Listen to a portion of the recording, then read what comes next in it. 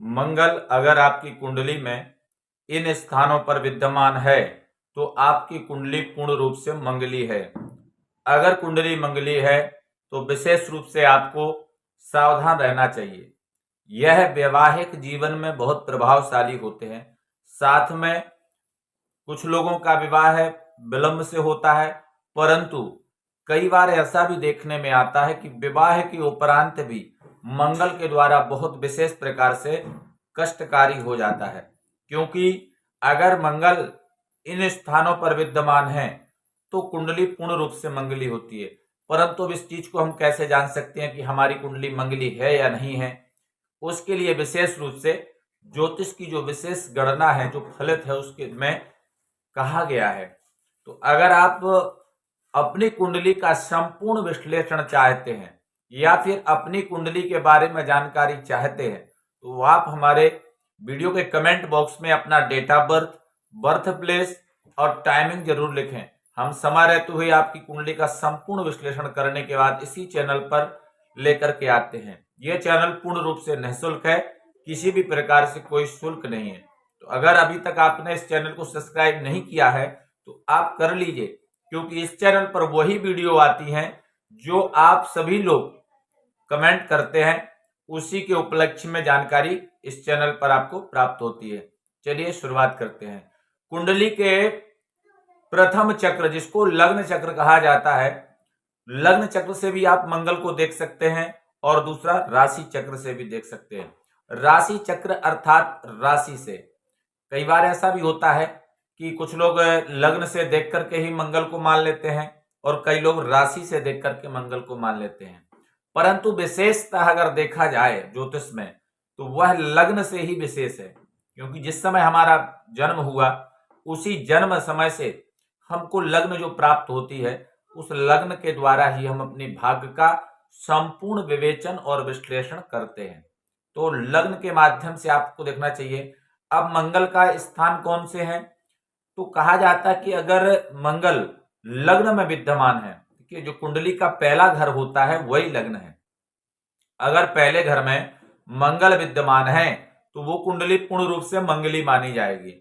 अब यहां पर मंगल अगर विद्यमान है तो क्या फल देंगे, किस प्रकार से उनका जीवन में प्रभाव रहेगा, या कहा जाए कि मंगल किस प्रभाव के द्वारा हमको उन्नति प्रदान करेंगे या कष्टकारी हो जाएंगे। तो यह सारी चीजें लग्न से ही हम देख सकते हैं कि शारीरिक जितनी भी परेशानियां हैं या जितनी भी व्यवस्थाएं हैं जो हमारे शारीरिक स्थिति से चलेंगी, उन सभी को हम प्रथम स्थान अर्थात लग्न में मंगल होने से हम उसको मंगल के अभाव से देख सकते हैं। दूसरी बात यह आती है कि अब मंगल का दूसरा पड़ाव कौन सा है जहां पर कुंडली मंगली हो जाती है? तो मंगल का दूसरा पड़ाव होता है सुख अर्थात माता।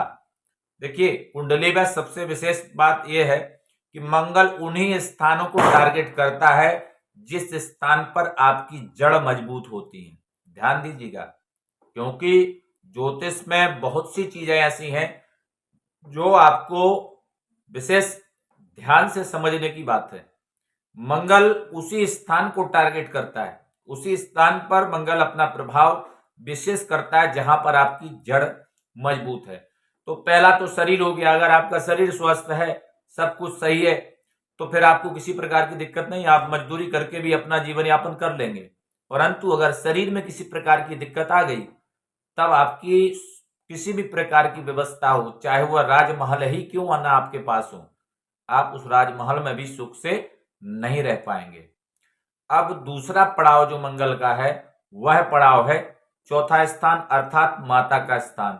और कहा जाता है कि माता से बेमुख व्यक्ति कभी सुखी नहीं रहता है, और माता के सानिध्य में जो व्यक्ति रहता है वह व्यक्ति विद्या पाता है, विनय पाता है, धन पाता है, भूमि पाता है, वाहन पाता है, सुख पाता है और शांति पाता है।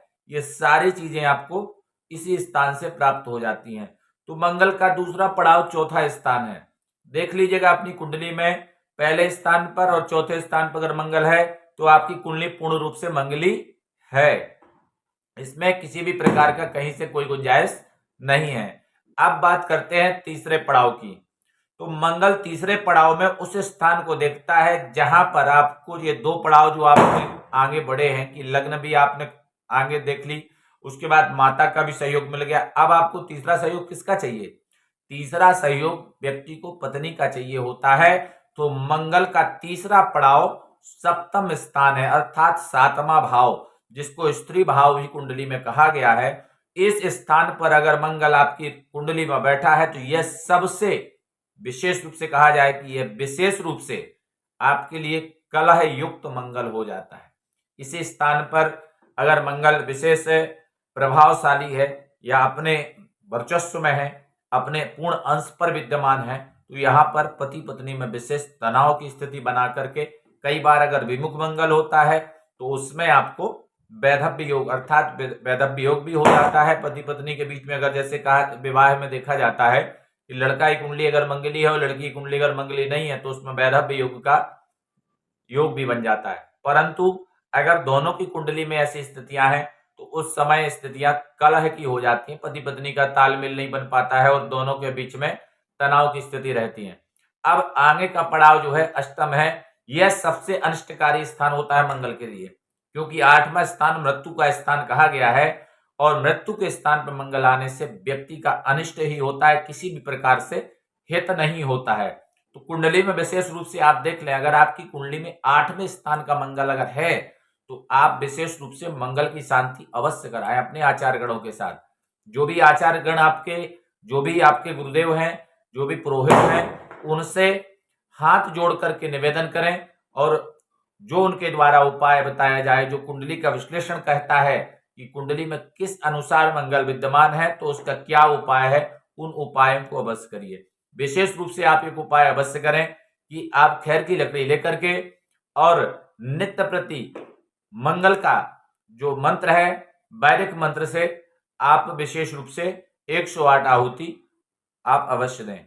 अगर आप वैदिक मंत्र नहीं पढ़ पाते हैं या नहीं आहुति कर पाते हैं, अंगारकाय नमः इस मंत्र से आप मंगल की 108 आहुति नित्य प्रति प्रदान करें, उससे आपको बहुत लाभ होगा, शारीरिक भी और विशेष रूप से कलह के लिए।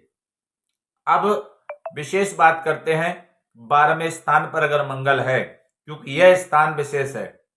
विशेष तो मंगल के जितने क्षेत्र हमने पहले ही आपसे कहा है कि मंगल उसी स्थान को टारगेट करता है जिस स्थान पर आपकी जड़ मजबूत होती है।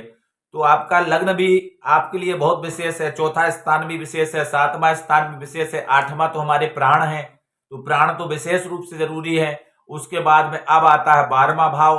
अगर 12वां भाव ऐसा है कि जहां पर व्यक्ति अगर कहा जाए कि थोड़ा सा भी ध्यान ना दे तो वो पल पल मृत्यु को प्राप्त होता है 12वें स्थान पर मंगल होने से, क्योंकि 12वां स्थान खर्च का है।